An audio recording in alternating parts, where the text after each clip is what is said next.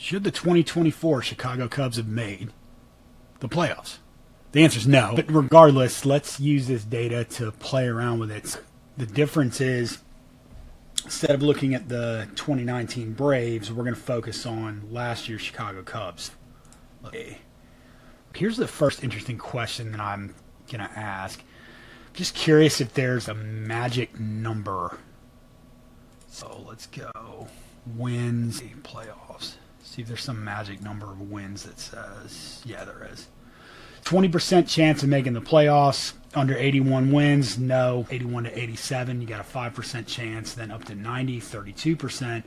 90 to 95, 63%. And then any more than 95, you're 88% chance of making the playoffs. Obviously, the game's changed a little bit in the last couple years when they expanded the wild card and everything else, but going all the way back to what we have in the 60s all the way through 2019 in this data set.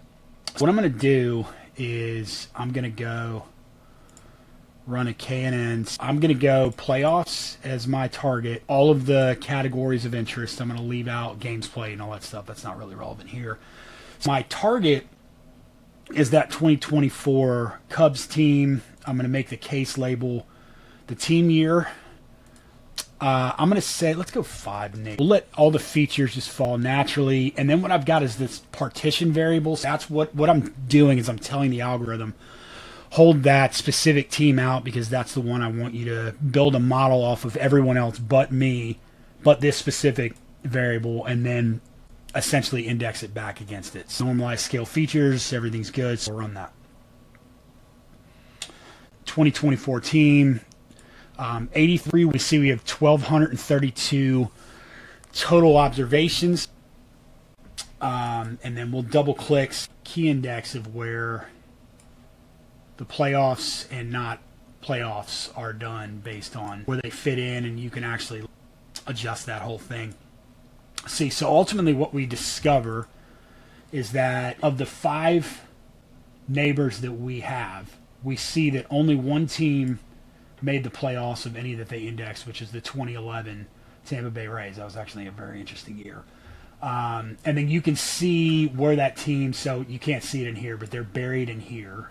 But again, the runs scored, they're actually top of that, and then top of runs allowed. So ultimately what this suggests is they probably should have won more games than they actually did because they're on the higher end of runs scored, and the range of runs allowed is really not that significant. So they probably should have probably won closer to 86 games. And then you're going to see on-base percentages in the middle, slugging percentages in the middle.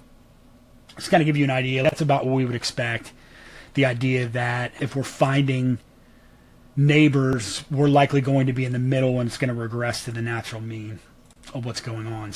You can actually go and say, what are my nearest neighbors, so that you could actually pull up and look at the team and see what the makeup is if you wanted to.